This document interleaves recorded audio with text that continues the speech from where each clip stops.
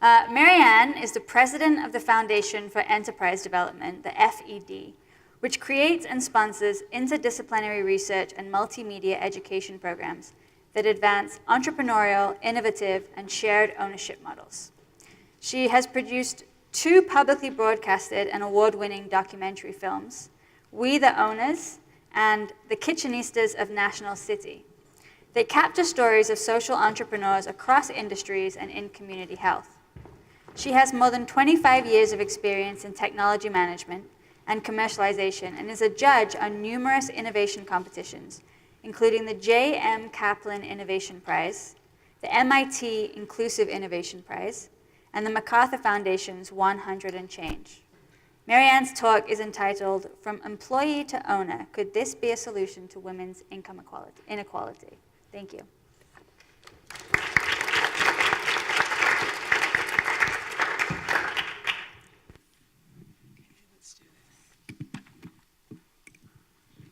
All right, hello, good afternoon. So I'm Marianne. I've come in from San Diego. I'm visiting the University of Michigan with my family, and that includes programs at engineering and the Center for Entrepreneurship. And so the timing worked out perfectly to participate in this. And I'm here to share something I'm very passionate about, shared ownership. And just because I'm the last speaker, what we're going to do a little differently is we're going to start with the trailer of the film that I produced called We the Owners, and this will be a few minutes, and then I'll come back.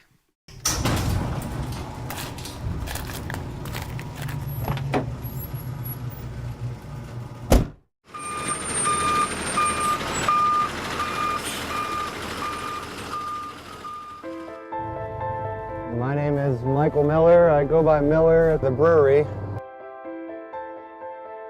I'm 37 years old. I work for a New Belgium brewing company. I treat my job like it's my own business.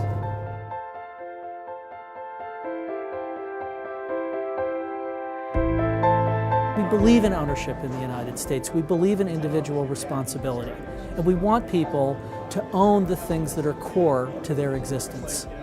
But somehow or other we forgot to extend that to the workplace. My name is Carlos Crabtree. I work as a project executive at DPR Construction. DPR Construction is a national builder focused on primarily technical market sectors. We talked a little bit about the culture and how it would operate, that it would be innovative and different from the traditional construction company. My name's Wade Andrews. I'm a co-owner of Namaste Solar and also a residential lead installer. Everything is interconnected, everything is interdependent, and that's really the approach that we bring to our business, that the community, the economy, the environment, they are all connected. The whole thrust of science is to make the capital worker endlessly and progressively more productive. The combination of open book management, employee ownership, and what we call high involvement culture, that's an incredibly powerful thing. Because I'm an owner in New Belgium and there's open book management, and I'm able to do this and do a $500,000 transaction. You know, a warehouse worker, a forklift driver is doing this. The data's in that it's a piece of the equation that can help your company be successful. And there's a gap, in my opinion, right now in between that being taught in business schools and the need for that in business schools. I just can't imagine making an argument that freedom is not the ultimate end game and empowerment. There's no way that that's not the right answer. I don't think there's a reason to feel like you're giving up control so much as you're collaborating with your co-workers to build something that's even more. We're not putting gold bricks in our basement. All the money is coming back into this business, and we want you guys to see where that money is going to. I think American business has come through a serious crisis. Wages have become relatively flat. We need to think about what kinds of corporate organizations are likely to create jobs that will stay in the United States and create stable employment. Capitalism has a problem. It's not that capitalism is wrong, but rather capitalism is right. And the problem is that there aren't enough capitalists. There are examples where employee ownership wasn't a good fit. It's a two-way equation. The employee has to want to be empowered, have an ownership mentality. We need to start thinking about the kids and the grandkids, and what's going to happen to them if we don't do something different. It's the security factor. It's the fact that I know my company is going to work hard for each other, and that's what's going to secure the future for myself and my family. If everybody feels that sense of pride and responsibility, we can change the world and do great things. Everybody then has the same data, same information, knows how to play it, all right, knows where they fit in, knows how they make a difference. But at the end of the day, can throw their fist up in the air and say, yeah, I made it, I got it. I didn't get it alone, but I got it with everybody else. When I think about employee ownership, I think it's about a culture of responsibility, a culture where people feel like taking care of their own future is an opportunity that is presented to them, and then it's up to them to take advantage of that opportunity.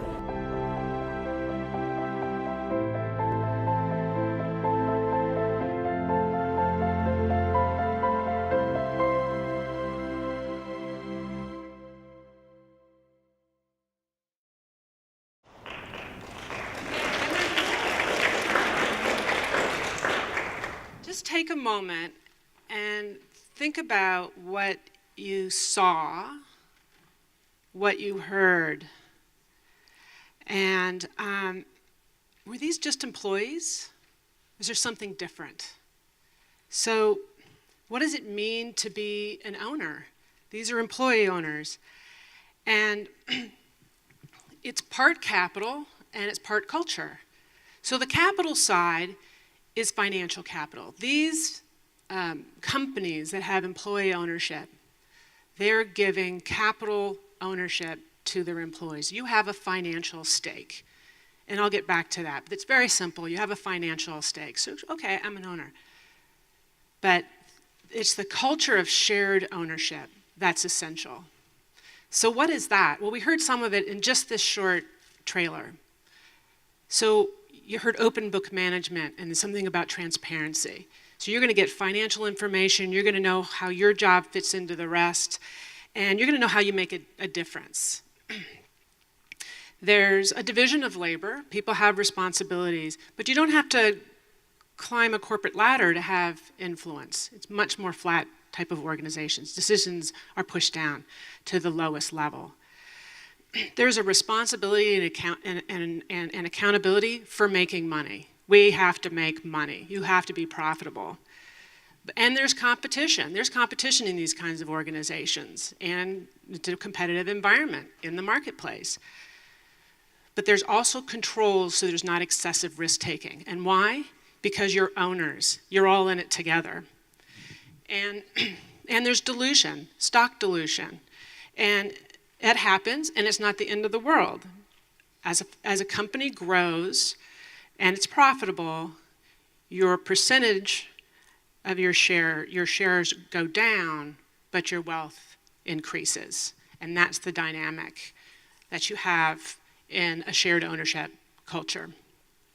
So what's my personal story here? Why am I so passionate about this topic? And in part, it's because I lived it.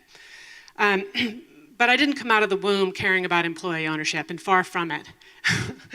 So I have an engineering degree. I went to grad school, business degree, and I worked in the environment. My construct for social impact was saving the environment, and it still is. I'm passionate about that. And why? Because if we have a healthy environment, we have a healthy society. And so the people side of that equation weaved in to social impact that way for me. And so that was my career and my focus. And then in 2000, and I was early 30s, some of you will have many years to go for that, but I was looking for something different, and I wanted to do something entrepreneurial, but I didn't want to start my own company. And so I joined an employee-owned company. And it was fascinating because everybody in that company that I would meet, no matter what the position in that company, they acted like an owner. There were 42,000 employee owners in that company. It's a multi-billion-dollar company. We cared because we owned, and we owned because we cared. It just turned out I joined a company called SAIC, and it was a company that my father had founded in 1969. But I had nothing to do with it until I was later in my career, and it changed my life. So for the last 10 years, I've been running a nonprofit to advance the research, the evidence associated with that research, the education, and the policy associated with broad-based employee ownership, and specifically helping entrepreneurial companies in their life journey to look at what works for them. And this is incredibly timely. And that's because capital ownership is increasingly the dominant source of wealth creation. Okay, so what does that mean? If you want to address income inequality, you can't get there through wages. You have to have some capital ownership. This is one example, and only one example. But if you have capital ownership that is more inclusive of employees, we have one way of addressing the widening income inequality that we have. So as part of our educational programs, I wanted to find a way to help others understand, I guess obviously my passion for this, but if you haven't lived this, then how can you understand what this feels like? And so that's why we produced and distributed this film. It's aired on PBS, and it's now at hundreds of universities, and it's used by hundreds of companies in their employee training, not only here in the United States, but in 18 countries. It highlights 3 companies, which I'll mention briefly in a little bit. So let me step back and where is employee ownership? What is it? So it's broad-based employee ownership that we're really looking at. That can come in a lot of different ways, shares and stock options. I'll mention things like synthetic stock and phantom stock. You might have heard of cooperatives. But if you look broadly across just the United States, there's 9,000 companies that have broad-based employee ownership, and they're hidden in plain sight. Some have minority ownership. Southwest Airlines, Google, Procter & Gamble all have broad-based employee ownership. It's minority hold. So employees don't own the majority of the company. But there are 3,000 companies in the United States that are majority held, and those are privately held. The oldest company, actually, it was founded before there was even a country, the United States. It's the King Arthur Flour Company, is employee-owned company, and they're a benefits corporation. Innovative companies like W.L. Gore, the maker of Gore-Tex, they're employee-owned company. Publix is the largest employee-owned company that we have in the United States, and they have 136,000 employee owners. And one of the companies that I show in the film is New Belgium Brewery, the maker of Fat Tire, that was co-founded by Kim Jordan. And she looked early on how to build in employee ownership, phased it in, and over 7 years, it's now 100% employee-owned. And how many of you are here from Michigan and know Zingerman's? So Zingerman's, you probably know, is a very unique culture, and they have a hybrid combination of employee ownership and definitely a culture of shared responsibility and ownership. Incredible company. If you haven't been to Zingerman's, you must go. Fantastic community of food businesses. All right, so what's the connection again with the impact on having shared ownership with employees? There's been about 100 research projects that have looked into this. And what we know is that there is the combination of having a financial stake, so that capital ownership as well as participation has positive impacts. For the firms, higher sales, growth, profitability, and productivity rates. There are lower turnover rates in these companies. What does it mean for the individual? For the individual, employee owners have 4 times less likely to be laid off during a recession. We have studies on the 2 last recessions and have done that comparison. So 4 times less likely to be laid off. But there's also the positive side, which that's a positive, but the greater wealth aspect. Employee owners based on research, have wages that are 5 to 12 times higher than employees in comparable peer non-employee-owned companies. That adds up.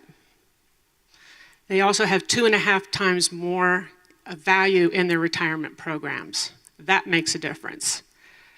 What we are lacking information on how this affects women. There is a study that has started to look specifically at the impacts of employee ownership in lower income, and we do know that women are more disproportionately represented in lower income and minority wages. So I think we're going to have some really interesting research come up in the next year. I will tell you, it was very hard for me to find a founder of an employee-owned company or a CEO that was female of an employee-owned company. The next time I make a film, I will promise to you I will highlight and put forth more females in leadership roles, but I need you as part of that solution, which I will get to. So to be clear though, having a shared ownership culture with employees, having broad-based employee ownership, it's not a panacea. It doesn't work for everybody, it doesn't work for every company.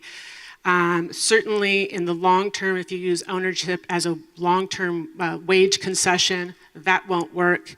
If a company is just in a fatally flawed business model or in a shrinking industry, that's not when you apply employee ownership. And you never put your entire retirement into one nest egg of a single company. But it's great in terms of diversification. We do have some federal incentives. The Small Business Association, there's a number of organizations that can help you understand the federal tax incentives for this, but unfortunately we also have federal and state laws that actually narrow opportunities of ownership to executives and not encourage broad-based employee ownership to non-executives. We have research that's now engaged in that discussion and at the policy level. And many business owners and entrepreneurs don't even know to ask for employee ownership. And so we're also trying to address that. The Center for Entrepreneurship has efforts to educate their entrepreneurs and people that come to them. We have an institute, the Beyster Institute at UCSD, that does the same thing. Rutgers School of Management and Labor Relationships also has broad outreach. There's several major states, if you're interested in learning more, that have centers that can help you figure it out.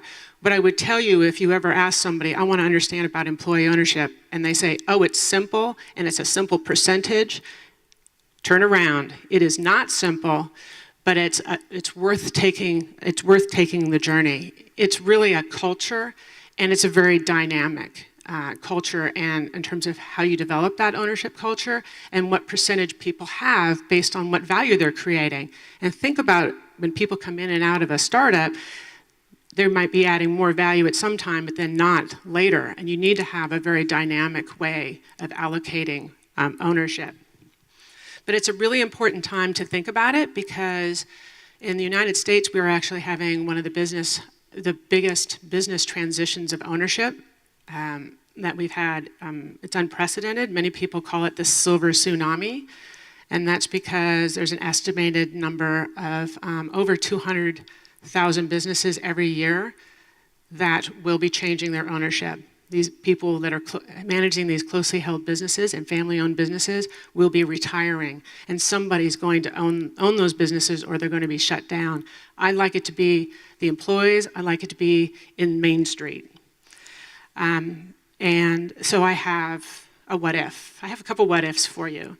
And one of them is when you think about the economy in this big transition and how you want to play a role, the view, what if the view is not that we have an economy that's neatly divided between those that own the capital and the others that work for those who have that own the capital? So there isn't that divide. And the other is what if you're in a company, you're leading a company, financing a company, starting up a company? What if you can consider employee ownership? How might that look? Could you be the next person that I film? there's a saying that I'd like you to remember, and that is, none of us is as smart as all of us. These are the words that were written on a poster that hung in my father's office for decades. And it was given to him by my mother even before I was born. And now it hangs in my office. None of us is as smart as all of us. I'd like you to think about that going forward, and that ownership should not be an afterthought. Shared ownership is really a core value for fairness, and will give us more opportunities for all. So thank you.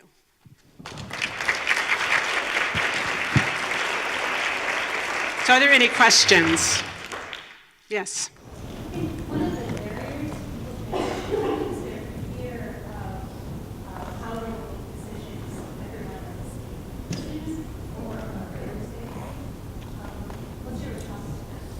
So that's a great question. So the question was, in a company where where employees are owners, how does decision making happen, and how do they get done, and how do you participate in that? And also, I think, how do you have your own decision so you can move things forward? And the kind of combination of that. So there's so many different types of these companies, and there is a division of labor. Don't think that there isn't, in that you may not have as clearly defined boxes, but you're going to have responsibility and accountability, and should have the information and the authority to get what you want to have done, and the teams that you need. And what you might find different, and overall it's amazingly efficient, although at first it doesn't seem efficient, is you ground truth things where a lot more people. So if you're in the marketing position, you'll ground truth something before you make a decision, maybe with sales, or maybe with someone who's making the product, so that you've got enough of the product before you end up marketing it. So there's a lot more communication in the grapevine that you use to help make these decisions. It's by no means consensus. There's a huge difference between consensus and participative. It's participative. But the interesting thing about decisions after they're made, and we know this from research, is these companies implement them much more efficiently because they're not being undermined, because more people were involved in the decisions from the beginning. Is that helpful? Okay. Any other questions? Hi, yes.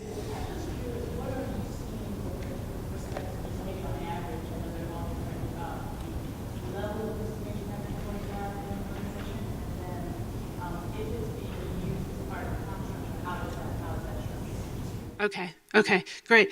So the question was what level of participation by the employees, and also the form of participation. Is it coming through an employee compensation program? So again, it does depend. The majority-owned companies that I mentioned are primarily coming through a stock program that is a trust, and that's the one that has the tax advantage. And that's called an employee stock ownership plan, an ESOP. It's not for startups. You have to have revenue, and it's administratively, it costs to put one in, but there's tax benefits. So that would be full participation, basically, because that is given to an employee on top of any other 401k or any other stock program that they might have. So those are high-level participation. And then the stock programs are a challenge. Stock program and stock option programs, and boy, so this isn't easy. So the stock options programs you would find at high-tech companies. Historically would push stock options. So you have the right to buy a stock or a stock share directly, and maybe it's vested over time. You get that value. That was very popular. We do see a retrenchment of that. A lot of that had to do with the expensing of stock options. In certain industries, you'll find it more used than others. And the ESPP programs, this is where, as a first-time employee or as an employee, you can buy stock. There's some great incentives to do that, and sometimes a company will loan you money to even help you buy that stock. We're seeing a range of participations, 20, 30%, some aggressive organizations through that kind of program. It's just not understood as much as it could be. And that said, it also changes when the economy changes. So if you don't have the cash to be involved in the stock program, you're not going to use it for that. And there's a preference for profit sharing. And that's what's important, is to be able to move these programs around and be very sensitive to the range of what your employees need, as well as what's happening in the economy. But we have a lot of good information we can share with you as well on that. Any other questions? Okay. You can go to wetheowners.org, no, that's .com, and social media if you want to learn more. And thank you so much. I really enjoyed being here.